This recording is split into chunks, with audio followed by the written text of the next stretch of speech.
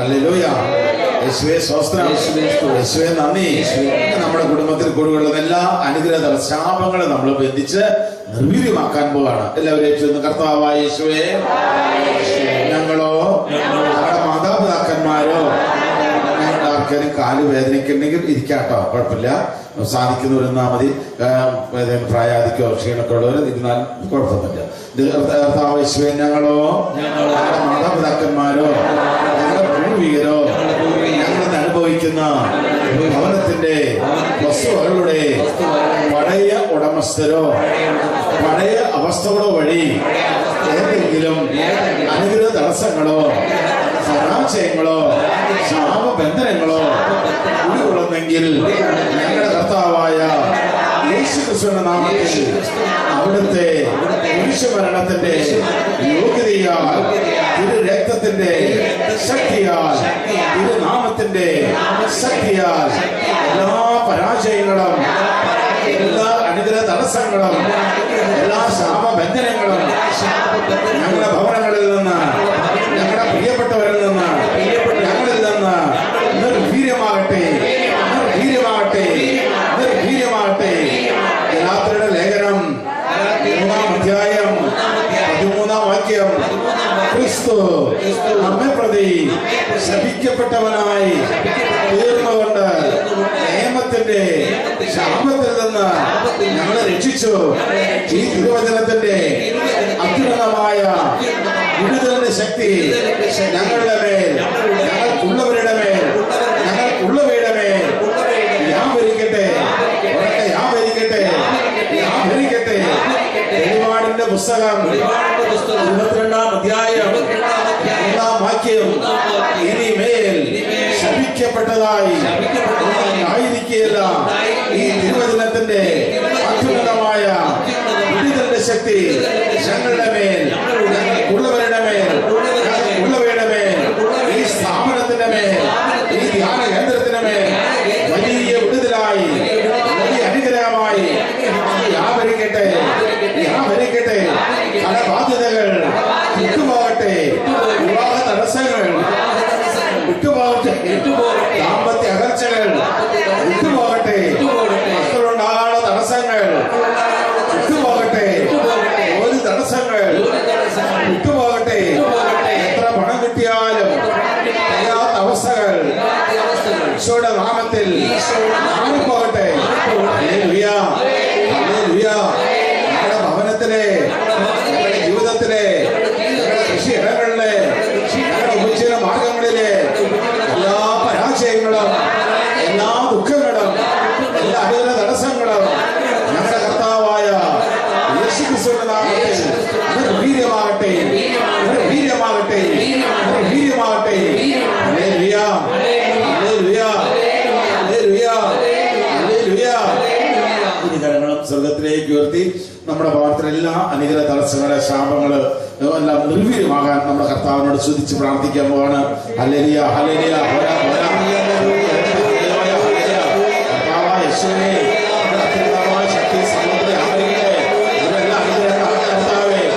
കുടുംബങ്ങൾ അനുഗ്രഹങ്ങളാകട്ടെ, അനുഗ്രഹങ്ങളാകട്ടെ, വ്യാപാരങ്ങൾ അനുഗ്രഹങ്ങളാകട്ടെ, ഇവിടെ കുഞ്ഞുമക്കൾ അനുഗ്രഹങ്ങളാകട്ടെ, ഇവിടെ വളർത്ത മലകൾ അനുഗ്രഹങ്ങളാകട്ടെ, ഇവിടെ മനസ്സിലുള്ള അനുഗ്രഹങ്ങളാകട്ടെ.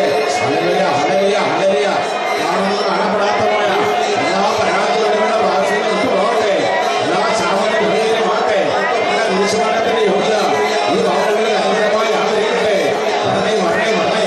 തന്നെ വിളിച്ചപേക്ഷിക്കുന്നവർക്ക്, ഹൃദയ വർഷമാനത്തോടെ വിളിച്ചപേക്ഷിക്കുന്നവർക്ക് കർത്താവേ അവിടുന്ന് സമീപസ്ഥനാണല്ലോ. തന്റെ വസ്തുക്കളുടെ ആദരവോടെ ആ സകല മഹത്വമല്ലോ. Hallelujah, hallelujah, hallelujah, hallelujah. യേശുവേ, ആരാധന, ആരാധന, ആരാധന, ആരാധന. Praise the Lord. ഹല്ലേലൂയ. നമുക്ക് ക്ലാസ്സിന് വേണ്ടി വരിക.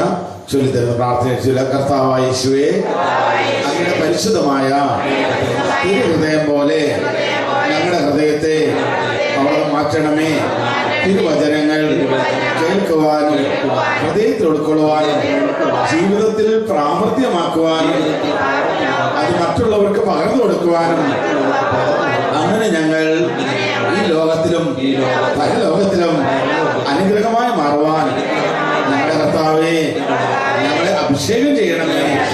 ഞങ്ങളുടെ കർത്താവേ, ഞങ്ങളുടെ പരിശുദ്ധമായ തിരുവചനങ്ങൾ ഞങ്ങളിലേക്ക് കടന്നു വരുവാൻ തടസ്സമായി നിൽക്കുന്ന എല്ലാ അവസ്ഥകളും ഞങ്ങളിൽ നിന്ന്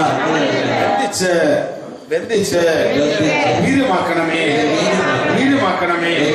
സകല മാലാഖമാരെ, സകല വിശുദ്ധരെ, ഞങ്ങളുടെ പേരിന് കാരണഭൂതരായവരെ, ഞങ്ങളുടെ കാവൽ ദൂതന്മാരെ ഞങ്ങൾക്ക് വേണ്ടി മധ്യസ്ഥം വഹിക്കണമേ. Hallelujah, hallelujah, hallelujah. ഞങ്ങളുടെ സ്വർഗീയ പിതാവേ, ഈ പ്രാർത്ഥനകളെല്ലാം ഞങ്ങളുടെ തൃപ്പാദത്തിൽ കർത്താവായ യേശുക്രിസ്തുവിന്റെ നാമത്തിൽ പരിശുദ്ധ കന്യാമറിയത്തിന്റെ വിശുദ്ധ ഔസപിതാവിന്റെ സകല വിശുദ്ധരുടെ മധ്യസ്ഥതയോട് സമർപ്പിച്ച് ഞങ്ങളുടെ ദൈവമേ ഞങ്ങളെ ആരാധിക്കുന്നു, സ്തുതിക്കുന്നു, മഹത്വപ്പെടുത്തുന്നു. Hallelujah, hallelujah, hallelujah. മാതാവിന്റെ മധ്യസ്ഥയുടെ ക്ലാസ് ആരംഭിക്കാം. ഒരു നന്മ നിറഞ്ഞ പ്രാർത്ഥന ഓർക്കിച്ചെല്ലാം. നന്മ നിറഞ്ഞ മറിയമേ സുസ്തി,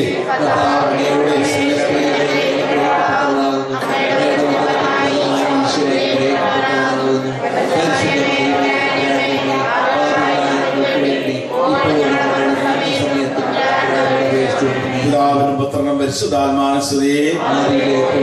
എല്ലാവരും സന്തോഷത്തോടെ ഈശോ സ്ഥിതി കൊടുത്തേ, ഉറക്ക സ്ഥിതി കൊടുത്തേ. ഈശോ എന്നിട്ട് പരസ്പരം ഒരു 4-5 പേർക്ക് ചിരിച്ചു കൊണ്ടുകൊടുത്തേ. ഈശോ സ്ഥിതിയായിരിക്കട്ടെ. ഉറക്കെ സന്തോഷത്തോടെ കൊടുക്കണം. ശാന്തമായിട്ടിരിക്കാം. നമ്മൾ ദൈവദിനം ഒക്കെ മനസ്സിലാക്കാൻ പോവാണ്. ഈ ആഴ്ച നമ്മുടെ ഈ ദിവസങ്ങളിൽ പെന്തക്കോസ്തേക്ക് വേണ്ടി ദിവസങ്ങളാണ്. അതിനുവേണ്ടി നമ്മൾ ഹൃദയവെക്കൊണ്ടിരിക്കുന്ന കാലഘട്ടമാണ്.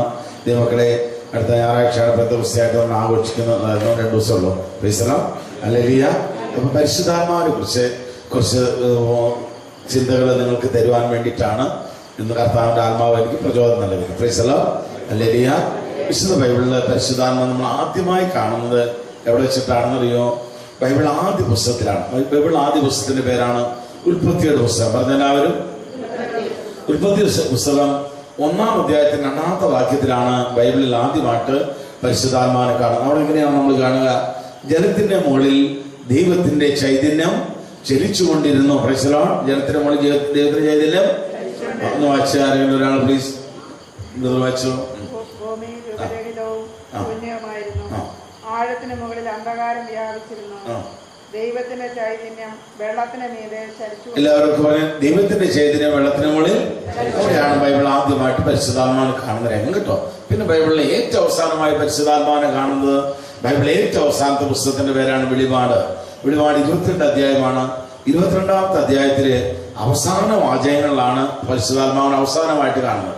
വെളിപാട് 22-ന്റെ 17-ാമത്തെ വാക്യത്തില് നമ്മൾ എങ്ങനെയാണ് വായിക്കുക? എല്ലാവരും ഒക്കെ പറഞ്ഞാൽ ആത്മാവും മണവാട്ടിയും പറയുന്നു, കേൾക്കുന്നവൻ പറയട്ടെ, വരിക, വരട്ടെ, ദാഹിക്കുന്നവൻ ജീവന്റെ ജലം സൗജന്യമായി സ്വീകരിക്കട്ടെ. വായിച്ചു തന്നെ വായിച്ചോ.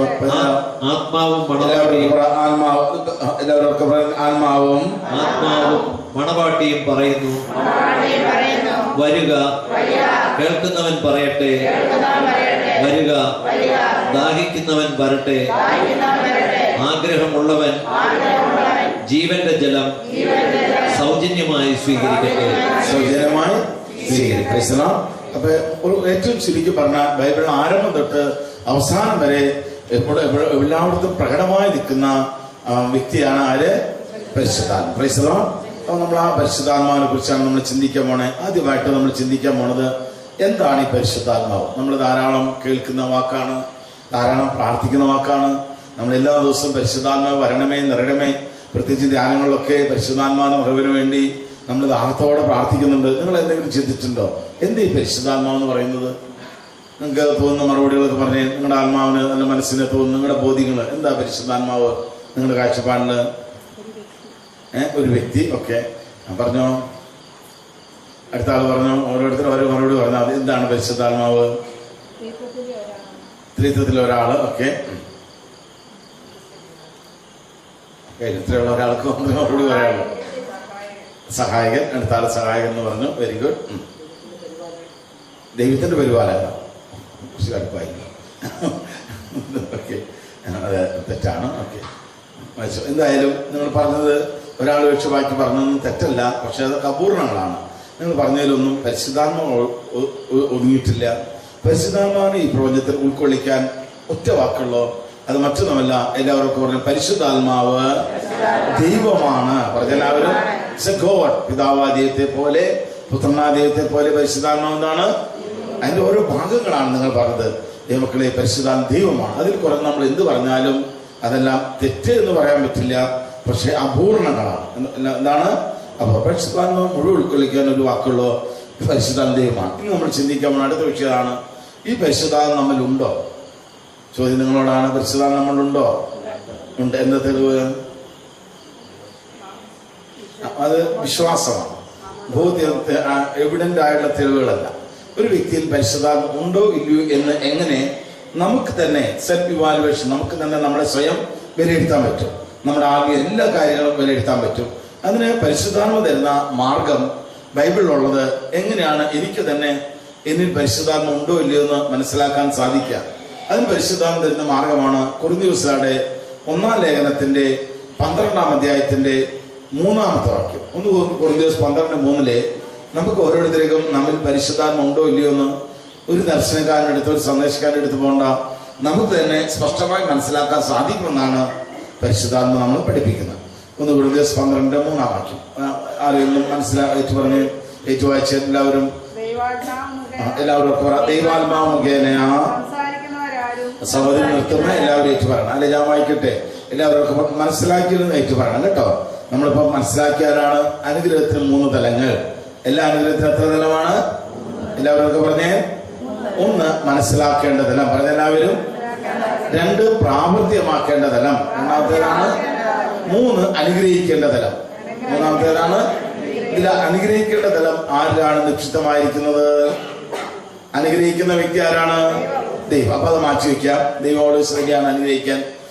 രണ്ടാമത്താണ് മനസ്സിലാക്കേണ്ട തലം, പറഞ്ഞെല്ലാവരും. ഈ രാത്രിയില് ഈ മണിക്കൂറുകളിൽ മനസ്സിലാക്കാൻ വേണ്ടി ദൈവം ഒരുക്കിയ വ്യക്തി ഞാനാണ്. അപ്പൊ എന്റെ ഉത്തരവാദിത്വമാണ് നിങ്ങളെ നന്നായി മനസ്സിലാക്കി തരാം. അപ്പൊ നന്നായി മനസ്സിലാക്കിയാലേ എന്ത് ചെയ്യാൻ പറ്റുള്ളൂ? ഈ പ്രാവർത്തികമാക്കേണ്ടത് ആരുടെ ഭാഗത്താണ്? നിങ്ങൾ ഓരോരുത്തരും ഭാഗത്താണ്. അപ്പൊ നിങ്ങൾക്ക് പ്രാവർത്തികമാക്കണമെങ്കിൽ നിങ്ങളുടെ ജീവിതത്തിൽ എന്ത് ചെയ്യണം? നന്നായി മനസ്സിലാക്കണം. പറഞ്ഞെല്ലാവരും നന്നായി മനസ്സിലാക്കിയാലേ എന്ത് ചെയ്യാൻ പറ്റുള്ളൂ? പ്രാവർത്തികമാക്കിയാലേ നമുക്ക് എന്ത് കിട്ടുള്ളൂ? ഈ 3 അമൂല്യമായ ആത്മീയ അവസ്ഥകളാണ്. നമ്മൾ എല്ലാ അനുഗ്രഹം കിട്ടണമെങ്കിൽ നമുക്ക് ഇഷ്ടമുള്ള പോലെ ചെയ്താലും വ്യക്തമായി മനസ്സിലാക്കണം.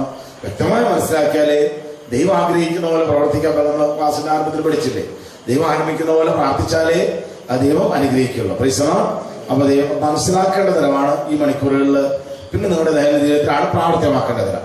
ദൈവമക്കളെ, ഒരു വ്യക്തിയിൽ പരിശുദ്ധാത്മ ഉണ്ടോ ഇല്ലെന്ന് മനസ്സിലാക്കാൻ ദൈവാത്മാവ് തരുന്ന ബൈബിളിന്റെ ഒരു ഭാഗമാണ് 1 കൊരിന്ത്യർ 12:3.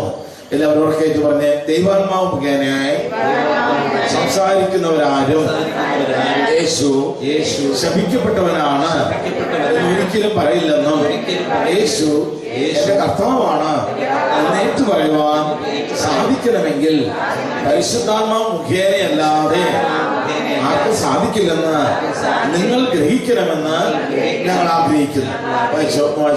വായിച്ചോ. ദൈവാത്മാവ് മുഖേന സംസാരിക്കുന്നവരാരും യേശു ശപിക്കപ്പെട്ടവനാണ് എന്ന് ഒരിക്കലും പറയുകയില്ലെന്നും യേശു കർത്താവാണെന്ന് പറയുവാൻ പരിശുദ്ധാത്മാവ് മുഖേനയല്ലാതെ ആർക്കും സാധിക്കുകയില്ലെന്നും നിങ്ങൾ ഗ്രഹിക്കണമെന്ന് ഞാൻ ആഗ്രഹിക്കുന്നു. അതിന്റെ ലളിതമായ അർത്ഥമാണ്, എനിക്ക് നിങ്ങൾക്കോ യേശു എന്റെ കർത്താവാണെന്ന് ഉള്ളി തട്ടി ആത്മാർത്ഥത്തോടെ പറയാൻ സാധിക്കണമെങ്കിൽ നമ്മൾ ആരുണ്ടാവണം എന്ന് ആരെ പഠിപ്പിച്ചത്? ആരെ പഠിപ്പിച്ചിരിക്കണേ? ഞാൻ പഠിപ്പിച്ചിട്ടില്ല. ആരെ പഠിപ്പിക്കുന്നത്? പരിശുദ്ധാത്മാവാണ് പഠിപ്പിക്കുന്നത്. ആരെ പഠിപ്പിക്കണേ? പരിശുദ്ധാത്മാവാണ്. നിങ്ങൾക്ക് ആർക്കെങ്കിലും ഈശോ എന്റെ കർത്താവാണെന്ന് ആത്മാർത്ഥത്തോടെ പറയാൻ പറ്റുന്നുണ്ടോ? ഒരാളുടെ സ്വരം കേട്ടുള്ളോ? പറ്റുന്നുണ്ടോ? പറ്റുന്നെങ്കിൽ പലതുകാരെ ഹൃദയത്തിൽ വെച്ച് ഉറക്കയോട് പറഞ്ഞേ, യേശുവിന്റെ കർത്താവാണെന്ന് ഉറക്കയോട് പറഞ്ഞേ. കർത്താവിന് കേട്ടോട്ടെ. എന്തുകൊണ്ട് അവർക്ക് പറഞ്ഞേ? സാത്താൻ കിടുകിട വരയ്ക്കുന്ന രൂപത്തിൽ പറഞ്ഞേ. പാതാളകർത്തം വിറമുള്ള നിരത്തിൽ പറഞ്ഞേ.